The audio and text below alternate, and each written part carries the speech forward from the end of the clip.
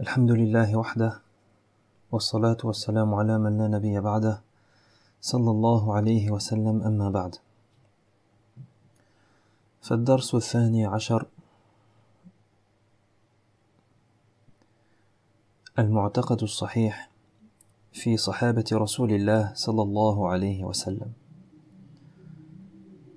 12e chapitre du livre, la croyance authentique concernant les compagnons du messager d'Allah sallallahu alayhi wa sallam. السؤال الرابع والسبعون: ما عقيدتنا في أصحاب النبي صلى الله عليه وسلم؟ Question 74. Quelle est notre croyance vis-à-vis des compagnons du prophète sallallahu alayhi wa sallam wa radiyallahu anhum? نعتقد محبة أصحاب رسول الله صلى الله عليه وسلم وموالاتهم والترضي عنهم والاستغفار لهم والثناء عليهم. قال الله تعالى: والسابقون الأولون من المهاجرين والأنصار والذين اتبعوهم بإحسان رضي الله عنهم ورضوا عنه وأعد لهم جنات تجري تحتها الأنهار خالدين فيها أبدا ذلك الفوز العظيم. فرضي الله تعالى عن السابقين من غير اشتراط إحسان، ولم يرض عن التابعين إلا أن يتبعوهم بإحسان، ومن رضي الله عنه لم يسخط عليه أبدا. وثبت في الحديث الصحيح أنه صلى الله عليه وسلم قال: لا يدخل النار أحد بايع تحت الشجرة. أخرجه مسلم. Notre croyance vis-à-vis des compagnons radiyallahu anhum consiste. Elle consiste à les aimer. On aime les compagnons radiyallahu anhum. Elle consiste également à leur porter secours et à les faire triompher. De même que notre croyance vis-à-vis des compagnons consiste à implorer pour eux l'agrément d'Allah ainsi que son pardon. De même que notre croyance consiste à les couvrir d'éloges, à les complimenter. Radiyallahu tabaraka wa ta'ala anhum. Allah Azza wa Jal dit dans Surat At-Tawbah, verset numéro 100: les devanciers et tout premier croyant parmi ceux qui ont émigré de la Mecque et ceux qui ont secouru et accueilli le prophète à Médine. Les devanciers, c'est ceux qui devancent, les premiers. Donc les devanciers et tout premier croyant parmi ceux qui ont émigré de la Mecque et ceux qui ont secouru et accueilli le prophète à Médine, ainsi que ceux qui les ont suivis avec excellence, Allah les a satisfaits. Allah est satisfait d'eux et ils sont satisfaits de lui. Il a préparé pour eux des jardins sous lesquels coulent des ruisseaux, où ils demeureront éternellement. Voilà la réussite suprême. Donc Allah Azza wa Jal dans ce verset nous informe qu'il a agréé les devanciers, as-sabiqoun, les premiers croyants, sans avoir fait de l'excellence dans le suivi une condition à son agrément. Par contre, les générations suivantes, elles ne bénéficieront de l'agrément d'Allah que si leur suivi est excellent. Dans le verset, Allah dit: les devanciers et tout premier croyant parmi ceux qui ont émigré de la Mecque et ceux qui ont secouru et accueilli le prophète à Médine, ainsi que ceux qui les ont suivis avec excellence, Allah est satisfait d'eux et ils sont satisfaits de lui. Donc Allah nous informe qu'il agrée et qu'il a agréé les devanciers et les premiers croyants sans avoir fait de l'excellence dans le suivi une condition à cet agrément. Par contre, les générations suivantes, elles bénéficieront de l'agrément d'Allah que si le suivi est excellent. Comme le dit le Très-Haut, ainsi que ceux qui les ont suivis avec excellence. وَالَّذِينَ تَبَعُوهُمْ بِإِحْسَانٍ. D'ailleurs, le désagrément divin ne peut s'abattre sur quelqu'un qu'Allah Azza wa Jal agrée. Donc lorsqu'Allah agrée quelqu'un, agrée une personne, son désagrément, subhanah, ne peut s'abattre sur lui. Et Allah Azza wa Jal nous informe qu'il a agréé les compagnons radiyallahu anhum, ainsi que ceux qui les ont suivis avec excellence. Il est d'ailleurs authentiquement rapporté que le prophète sallallahu alayhi wa sallam dit dans un hadith recueilli par Muslim dans son authentique: La yadkhulu an-nara ahadun bay'a tahta ash-shajara. Aucun de ceux qui ont prêté serment d'allégeance sous l'arbre n'entrera au feu. Aucun de ceux qui ont prêté serment d'allégeance sous l'arbre n'entrera au feu.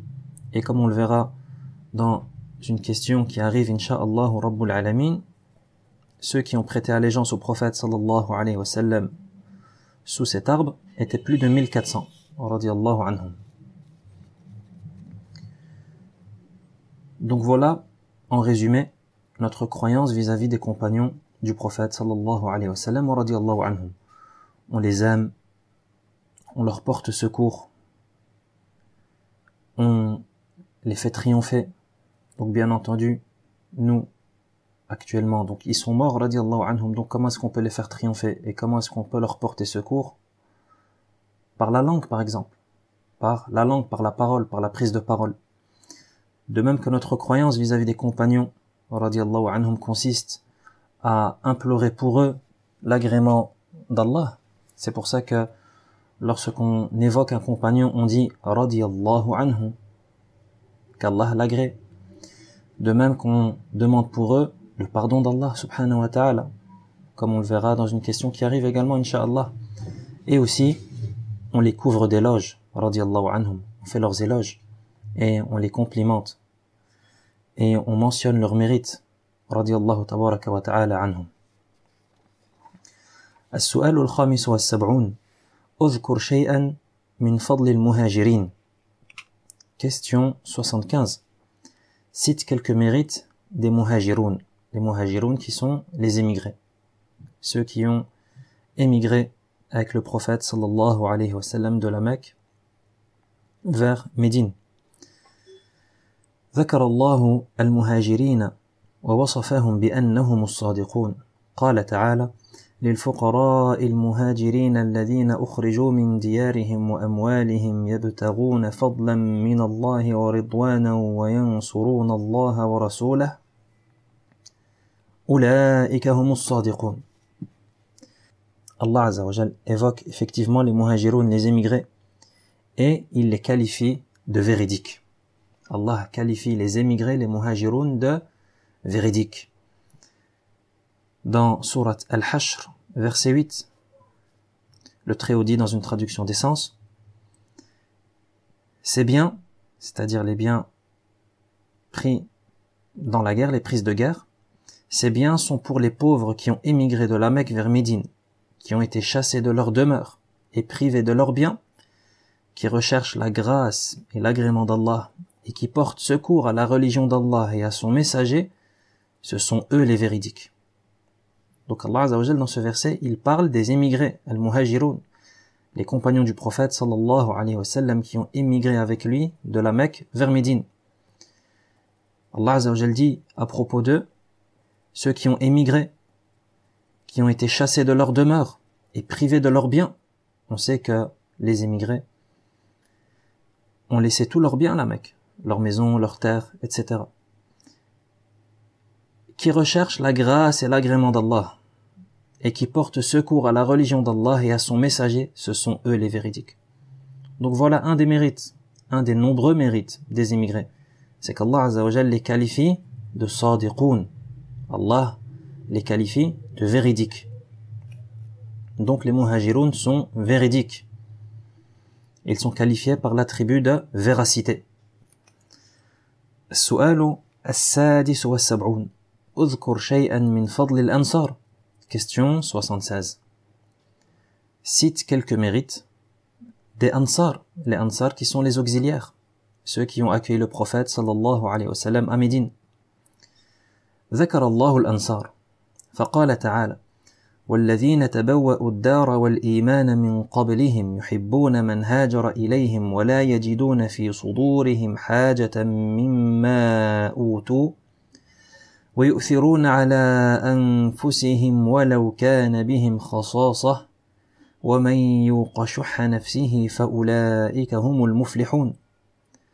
وعن أنس رضي الله عنه أن النبي صلى الله عليه وسلم قال: آية الإيمان حب الأنصار وآية النفاق بغض الأنصار. Donc concernant les Ansar, radiallahu anhum, les auxiliaires, et leur mérite, Allah Azza wa Jal les mentionne toujours dans Surat Al-Hashr, le verset suivant, verset 9. Et il dit le Très-Haut, en parlant des Ansar, ils reviennent également aux pauvres, toujours en parlant des prises de guerre, ils reviennent également aux pauvres parmi ceux qui étaient établis sur la terre d'Islam et ancrés dans la foi avant eux. Ils aiment ceux qui émigrent vers eux, ne ressentent en leur cœur aucune jalousie pour ce qu'ont reçu ceux qui ont émigré, et ils les préfèrent à eux-mêmes malgré leur propre pauvreté. Ceux qui sont préservés de leur propre avarice sont les bienheureux. Donc ici, le verset concerne les Ansar, les auxiliaires. Et Allah Azza wa Jal les qualifie en disant que ces Ansar, ceux qui ont accueilli le prophète sallallahu alayhi wa sallam et les immigrés, les ont accueillis à Médine, Allah Azza wa Jal dit à propos d'eux que ces Ansar aiment ceux qui émigrent vers eux. C'est-à-dire qu'ils les ont accueillis à bras ouverts. Ils les ont accueillis avec de l'amour. Et qu'ils ne ressentaient dans leur cœur aucune jalousie pour ces émigrés. Aucune jalousie pour ces émigrés qui étaient proches du prophète sallallahu alayhi wa sallam et qui sont d'ailleurs meilleurs que les Ansar, que les auxiliaires. Et toujours en parlant des Ansar, Allah Azza wa Jal dit: et ils préfèrent à eux-mêmes, et ils les préfèrent à eux-mêmes malgré leur propre pauvreté.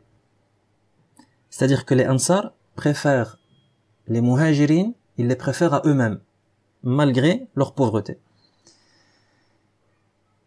Donc voilà ici quelques nobles caractéristiques de ces Ansar radiallahu anhum, qui sont caractérisés comme aimant les immigrés qui sont venus à eux, et que ils ne ressentent rien dans leur cœur par rapport à tous les mérites que possèdent les immigrés, de même qu'ils ne ressentent aucune jalousie par rapport à eux. Et plus encore, ils préfèrent les émigrés à eux-mêmes. Toujours donc, dans les mérites des Ansar, on rapporte que le prophète sallallahu alayhi wa sallam, selon une narration d'Anas radiyallahu anhu, dit: aimer les Ansar est un signe de foi, et haïr les Ansar est un signe d'hypocrisie. Et le hadith est recueilli par Al-Bukhari. Donc le prophète sallallahu alayhi wa sallam affirme que aimer les Ansar, c'est un signe de foi, et que haïr les Ansar, c'est un signe d'hypocrisie. Donc voilà pour les mérites et les vertus des Ansar radiyallahu anhu. السؤال السابع والسبعون: ما الحال التي ينبغي أن تكون ممن جاء بعد الصحابة نحوهم؟ Question 77. Quelle attitude les musulmans doivent-ils adopter vis-à-vis des compagnons les ayant précédés? ذكر تعالى حال المؤمنين من بعدهم من الذين اتبعوا صحابة رسول الله صلى الله عليه وسلم بإحسان، فقال تعالى: والذين جاءوا من بعدهم يقولون ربنا اغفر لنا ولإخواننا الذين سبقونا بالإيمان ولا تجعل في قلوبنا غلا للذين آمنوا ربنا إنك رؤوف رحيم. Allah Azza wa Jal évoque effectivement l'attitude que doivent adopter les générations de croyants qui sont venus après celle des compagnons et qui suivent ces derniers à la perfection. Le Très-Haut dit à propos d'eux: ils sont également destinés à ceux qui sont venus après eux et qui disent: Seigneur, pardonne-nous ainsi qu'à nos frères qui nous ont précédés dans la foi, et ne suscite en nos cœurs aucun ressentiment envers les croyants. Seigneur, tu es clément et miséricordieux. Donc dans le verset, Allah Azza wa Jal nous évoque cette attitude que doivent adopter les musulmans venus après les compagnons et qui suivent ces derniers à la perfection. Quelle est l'attitude que doivent adopter ces musulmans vis-à-vis des compagnons? Allah Azza wa Jal nous décrit cela et nous dit que ces musulmans disent: Seigneur, pardonne-nous ainsi qu'à nos frères qui nous ont précédés dans la foi. Donc on se doit de demander pardon pour nous-mêmes ainsi que pour ceux qui nous ont précédés dans la foi, à savoir les compagnons radiyallahu anhum, qui sont les premiers croyants de la communauté et les premiers à avoir cru au prophète sallallahu alayhi wa sallam, et ne suscite en nos cœurs aucun ressentiment envers les croyants. وَلَا تَجْعَلْ فِي قُلُوبِنَا غِلًّا لِلَّذِينَ آمَنُوا. Ne suscite en nos cœurs aucun ressentiment, aucune rancœur envers les croyants. Seigneur, tu es clément et miséricordieux. السؤال الثامن والسبعون ما حكم من أبغض الصحابة. Question 78. Quelle est la sentence religieuse de celui qui haït et qui déteste les compagnons? قال تعالى محمد رسول الله والذين معه أشداء على الكفار رحماء بينهم تراهم ركعا سجدا يبتغون فضلا من الله ورضوانا سيماهم في وجوههم من أثر السجود ذلك مثلهم في التوراة ومثلهم في الإنجيل كزرع أخرج شطأه فآزره فاستغلظ فاستوى على سوقه يعجب الزراع ليغيظ بهم الكفار وعد الله الذين آمنوا وعملوا الصالحات منهم مغفرة وأجرا عظيما. قال الإمام مالك رحمه الله من أصبح من الناس في قلبه غيظ على أحد من أصحاب رسول الله صلى الله عليه وسلم فقد أصابته الآية. La sentence religieuse de celui qui haït et qui déteste les compagnons, on la retrouve dans le verset 29 de sourate Al-Fath. Allah Azza wa Jal dit: Muhammad est le messager d'Allah. Ceux qui sont avec lui sont durs avec les mécréants et miséricordieux entre eux. On les voit inclinés, prosternés, recherchant la grâce et l'agrément d'Allah. Donc ici, c'est des compagnons qu'Allah Azza wa Jal nous parle. Ceux qui sont avec lui sont durs envers les mécréants et miséricordieux entre eux. On les voit inclinés, prosternés, recherchant la grâce et l'agrément d'Allah. On les reconnaît aux signes distinctifs laissés sur leur visage par la prosternation.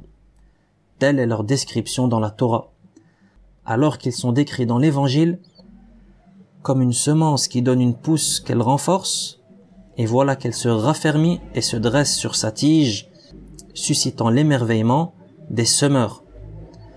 Allah fit qu'il en soit ainsi des croyants afin de provoquer la colère des mécréants. Et ça, c'est la partie du verset qui nous intéresse. Allah fit qu'il en soit ainsi des croyants afin de provoquer la colère des mécréants. Allah promet à ceux d'entre eux qui croient et accomplissent des œuvres pieuses le pardon de leurs péchés et une immense récompense. Sourate Al-Fath, verset 29. L'imam Malik rahimahullah dit: quiconque se met à éprouver de la colère envers un seul compagnon du messager d'Allah sallallahu alayhi wa sallam aura été frappé par ce verset. Quiconque se met à éprouver de la colère envers un seul compagnon du messager d'Allah sallallahu alayhi wa sallam aura été frappé par ce verset. Comme a dit l'imam Malik rahimahullah. السؤال التاسع والسبعون هل الصحابة يتفاضلون أو أنهم في درجة واحدة في الفضل. Question 79. Est-ce que les compagnons se distinguent les uns par rapport aux autres, de par leur mérite? Ou bien sont-ils tous sur un pied d'égalité? Sont-ils tous équivalents? قال تعالى في الصحابة لا يستوي منكم من أنفق من قبل الفتح وقاتل أولئك أعظم درجة من الذين أنفقوا من بعد وقاتلوا وكلا وعد الله الحسنى والله بما تعملون خبير فهذا يدل على أنهم يتفاضلون وأنهم ليسوا في درجة واحدة. Est-ce que les compagnons sont tous équivalents, sont tous sur un pied d'égalité, ou bien ils se distinguent les uns par rapport aux autres, de par leur mérite, c'est-à-dire que certains sont meilleurs que d'autres, etc. Allah Azza wa Jal dit à propos des compagnons, dans Surat Al-Hadid, verset 10, « Ceux d'entre vous qui ont dépensé de leurs biens et combattu avant la victoire d'Al-Hudaybiyah, et qui occuperont des rangs plus élevés au paradis, ne sont pas semblables à ceux qui ont dépensé et ont combattu après cela. Mais à tous, Allah a promis la plus belle récompense qu'est le paradis, et Allah connaît parfaitement vos agissements. » Donc ce verset prouve de manière claire que les compagnons se distinguent les uns par rapport aux autres, de par leur mérite, et qu'ils ne sont pas tous sur un pied d'égalité, mais qu'au contraire, certains sont meilleurs que d'autres. Seulement, Allah Azza wa Jal a promis à tous la plus belle récompense qu'est le paradis. Et Allah connaît parfaitement vos agissements. السؤال الثمانون اذكر دليل النهي عن سب الصحابة. Question 80. Cite la preuve qui stipule l'interdiction d'injurier les compagnons. في الصحيحين عن أبي سعيد الخدري رضي الله عنه قال قال رسول الله صلى الله عليه وسلم لا تسبوا أحدا من أصحابي فلو أن أحدا أنفق مثل أحد ذهبا ما بلغ مد أحدهم ولا نصيفه والمد ربع الصاع والنصيف نصف المد والمعنى ما بلغ هذا القدر اليسير من فضلهم ولا نصيفه. Dans les deux authentiques d'Al-Bukhari et Muslim, Abu Sa'id al-Khudri radiyallahu anhu rapporte que le messager d'Allah sallallahu alayhi wa sallam dit « N'injuriez aucun de mes compagnons, car si l'un d'entre vous dépensait l'équivalent de Uhud en or, cela ne vaudrait même pas le moud de l'un d'entre eux, et même pas la moitié d'un moud. » Uhud, c'est la célèbre montagne qui se situe au nord de Médine. Donc Uhud, c'est le nom d'une montagne qui se situe au nord de Médine. Le moud, cela ne vaudrait même pas le moud de l'un d'entre eux.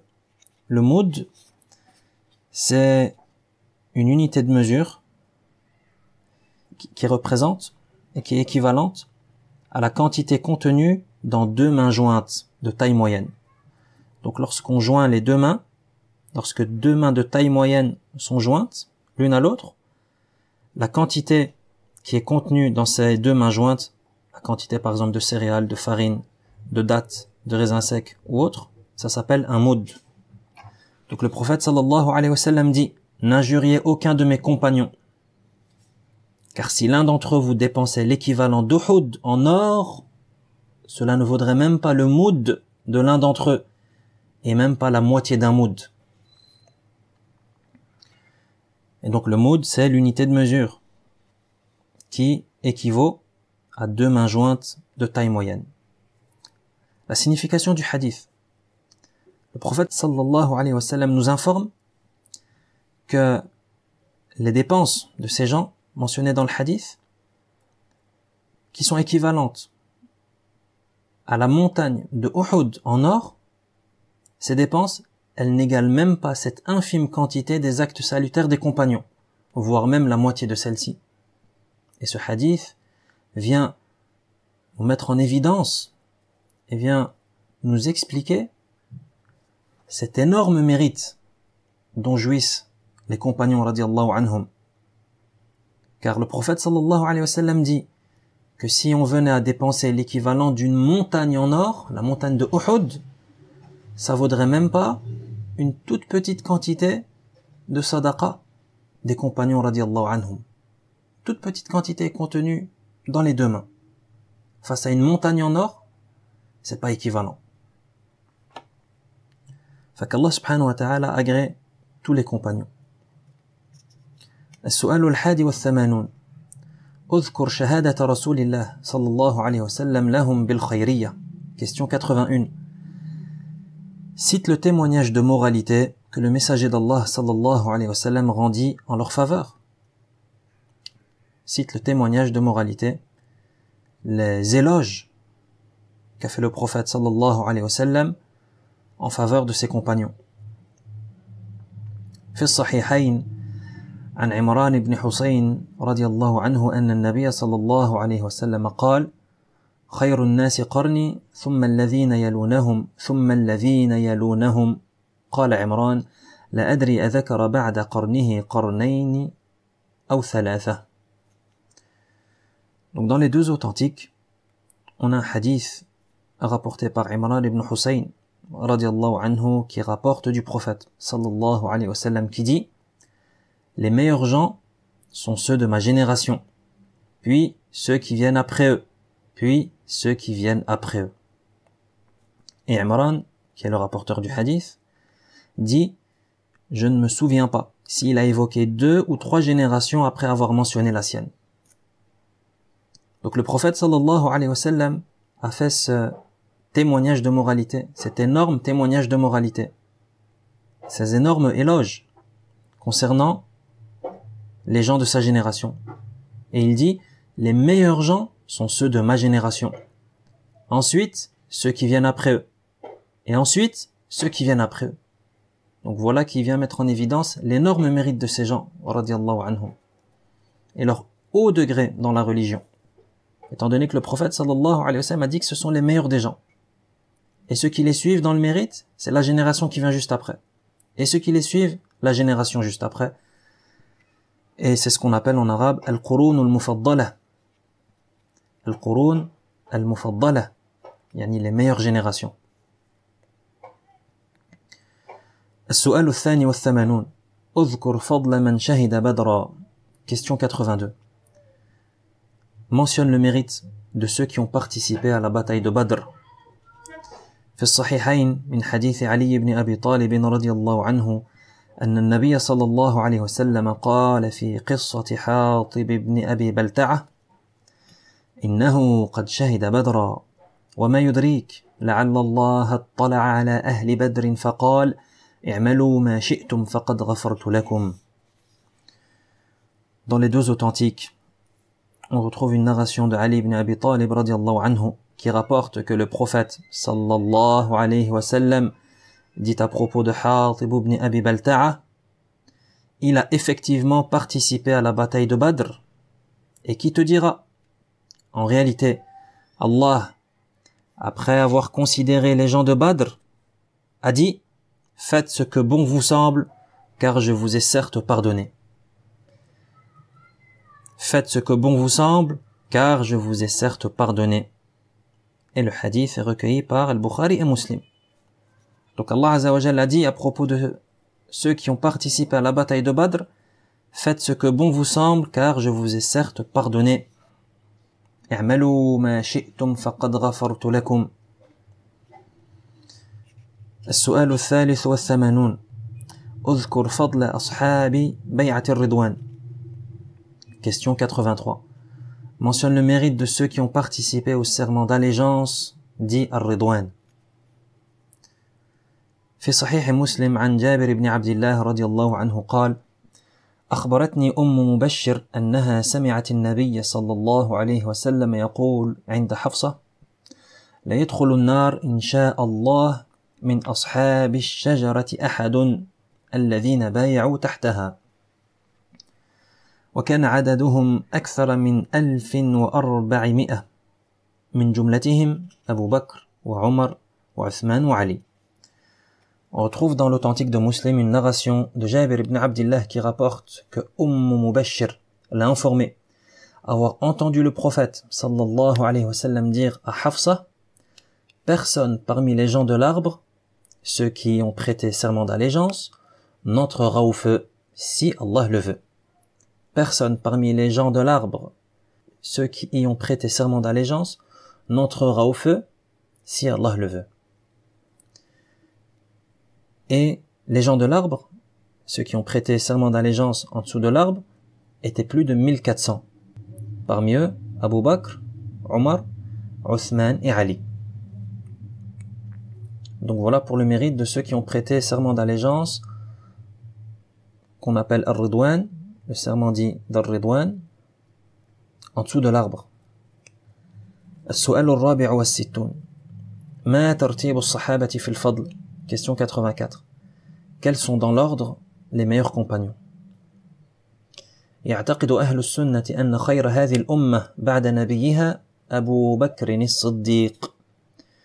Les gens de la sunna croient fermement qu'après le prophète sallallahu alayhi wa sallam, les meilleurs membres de cette communauté sont, dans l'ordre, premièrement Abu Bakr, le très véridique, radiyallahu anhu. Thumma Umar al-Faruq.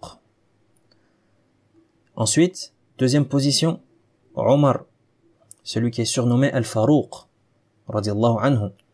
وهذا إجماع من الصحابة والتابعين.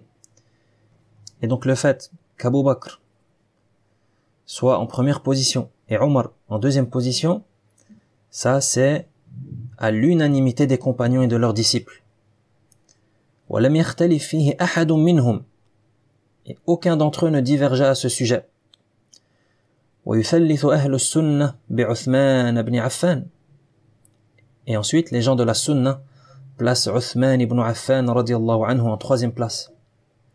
وَيُرَبِّعُونَ بِعَلِيِّ بْنِ أَبِي طَالِبٍ radiyallahu anhum jami'an. Et enfin, ils placent en quatrième position Ali ibn Abi Talib radiyallahu anhum jami'an, qu'Allah les agrée tous. Donc voilà pour la croyance authentique concernant les compagnons du messager sallallahu alayhi wa sallam wa radiyallahu tabaraka wa ta'ala anhum. Ces gens que Allah azza wa jalla a sélectionnés et a choisis pour qu'ils soient les compagnons, pour qu'ils soient ceux qui accompagnent la meilleure des créatures, à savoir le messager d'Allah sallallahu alayhi wa sallam.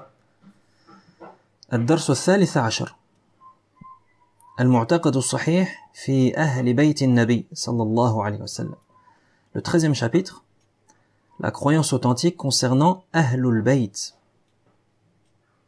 Ahlul Bayt qui sont les gens de la maison littéralement, c'est-à-dire les gens de la maison du prophète sallallahu alayhi wa sallam, ou dit autrement les proches du prophète sallallahu alayhi wa sallam, ceux qui ont un lien de parenté, un lien de sang parmi les croyants avec le prophète sallallahu alayhi wa sallam.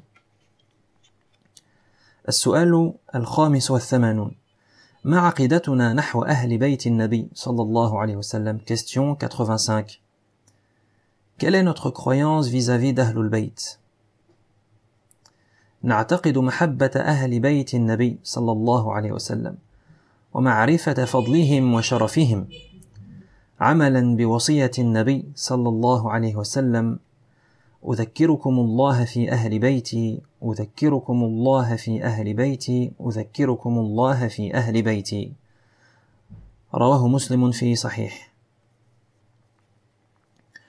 Notre croyance vis-à-vis d'Ahlul Bayt, les gens de la maison ou les proches du prophète sallallahu alayhi wa sallam, consiste à les aimer, ainsi qu'à reconnaître leur mérite et leur haut rang, mettant ainsi en pratique la recommandation du prophète sallallahu alayhi wa sallam lorsqu'il dit: je vous rappelle de craindre Allah vis-à-vis de mes proches. Je vous rappelle de craindre Allah vis-à-vis de mes proches. Je vous rappelle de craindre Allah vis-à-vis de mes proches. Il a donc répété 3 fois. Et ce hadith est recueilli par Muslim dans son authentique. Donc notre croyance vis-à-vis d'Ahlul Bayt, c'est les aimer et à reconnaître leur mérite et leur haut rang, étant donné que ce sont des compagnons, dans le sens où ils ont cru au message avec lequel est venu le prophète sallallahu alayhi wa sallam, et aussi ce sont les proches du prophète sallallahu alayhi wa sallam. Ils ont un lien de parenté, un lien du sang avec le messager sallallahu alayhi wa sallam. السؤال السادس والثمانون هل أزواج النبي صلى الله عليه وسلم من أهل بيته. Question 86. Est-ce que les épouses du prophète sallallahu alayhi wa sallam font partie d'Ahlul Bayt? نعم. قال تعالى في سياق مخاطبتهن وقرن في بيوتكن ولا تبرجن تبرج الجاهلية الأولى وأقمنا الصلاة وآتينا الزكاة وأطعنا الله ورسوله إنما يريد الله ليذهب عنكم الرجس أهل البيت ويطهركم تطهيرا واذكرن ما يتلى في بيوتكن من آيات الله والحكمة إن الله كان لطيفا خبيرا. قال ابن كثير رحمه الله في تفسيره: هذه الآية نص في دخول أزواج النبي صلى الله عليه وسلم في أهل البيت هاهنا، لأنهن سبب نزول الآية، وسبب نزول الآية داخل فيه قولا واحدا، إما وحده على قول أو مع غيره على الصحيح. La réponse est bien entendu oui. Les épouses du prophète sallallahu alayhi wa sallam wa radiyallahu anhun font bel et bien partie d'Ahlul Bayt. Et ça, la preuve par rapport à ça, on le retrouve clairement dans le 33e verset de Surat Al-Ahzab, dans lequel Allah Azza wa Jal dit, en s'adressant aux épouses du prophète sallallahu alayhi wa sallam wa radiyallahu anhun, il dit: restez dans vos foyers et n'exhibez pas vos atouts à la manière des païennes d'autrefois. Observez la prière, acquittez la zakat et obéissez à Allah et à son messager. Allah veut uniquement vous débarrasser de toute souillure aux gens de la maison du prophète et vous purifier totalement. Ibn Kathir rahimahullah dit en commentaire de ce verset dans son exégèse du Coran: ce verset constitue une preuve qui stipule que les épouses du prophète sallallahu alayhi wa sallam font partie intégrante d'Ahlul Bayt. En effet, ces dernières, c'est-à-dire les épouses du prophète sallallahu alayhi wa sallam, ces dernières sont la cause de révélation de ce verset. Et la personne étant la cause de révélation d'un verset est a fortiori concernée par le jugement religieux contenu dans ce verset. Et ça, c'est une chose qui est admise à l'unanimité des savants. Par contre, soit le jugement religieux contenu dans le verset la concernera à elle seule et personne d'autre, soit il visera également autre qu'elle, et ceci est l'avis le plus probant. Donc Ibn Kathir rahimahullah nous informe que ce verset, c'est une preuve claire qui stipule que les épouses du prophète sallallahu alayhi wa sallam wa radiyallahu anhun font partie intégrante d'Ahlul Bayt. Car les épouses du prophète sallallahu alayhi wa sallam sont la cause de révélation de ce verset. Et Allah Azza wa Jal s'adresse aux épouses du prophète sallallahu alayhi wa sallam dans ce verset. Et la règle dit que la personne qui est la cause de révélation d'un verset est la personne qui, à plus forte raison, sera concernée par le jugement religieux contenu dans ce verset qui a été révélé. Et ça, c'est une chose qui est admise à l'unanimité des savants. Par contre, soit le jugement religieux contenu dans le verset concernera cette personne pour qui le verset a été révélé, concernera cette personne à elle seule, soit le jugement religieux contenu dans le verset visera cette personne pour qui le verset a été révélé, ainsi qu'autre que elle, et Ibn Kathir rahimahullah dit que ça c'est l'avis le plus correct. Donc voilà pour notre croyance, la croyance authentique concernant Ahlul Bayt, les proches du prophète sallallahu alayhi wa sallam. On les aime, on reconnaît leur mérite, on reconnaît leur haut rang dans la religion. Comme l'a dit le prophète sallallahu alayhi wa sallam dans sa recommandation qu'il nous a fait, je vous rappelle de craindre Allah vis-à-vis de mes proches. De même que, on se rappelle que les épouses du prophète sallallahu alayhi wa sallam font également partie d'Ahlul Bayt. Comme Allah Azza wa Jal le dit dans le Coran, lorsqu'il s'adresse aux épouses du prophète sallallahu alayhi wa sallam, il les interpelle en disant aux gens de la maison, Ahl al-Bayt, aux gens de la maison, en s'adressant aux épouses du prophète sallallahu alayhi wa sallam, comme cela a été affirmé dans le 33e verset de Surat Al-Ahzab. Donc voilà, Inch'Allah tabaraka wa ta'ala, pour le 12e et le 13e chapitre du livre qui concerne la croyance authentique concernant les compagnons et concernant Ahlul Bayt. نسأل الله سبحانه وتعالى أن يبصرنا في ديننا وأن يرينا الحق حقا وأن يرزقنا اتباعه وأن يرينا الباطل باطلا وأن يرزقنا اجتنابه وصلى الله وسلم على نبينا محمد وعلى آله وأصحابه أجمعين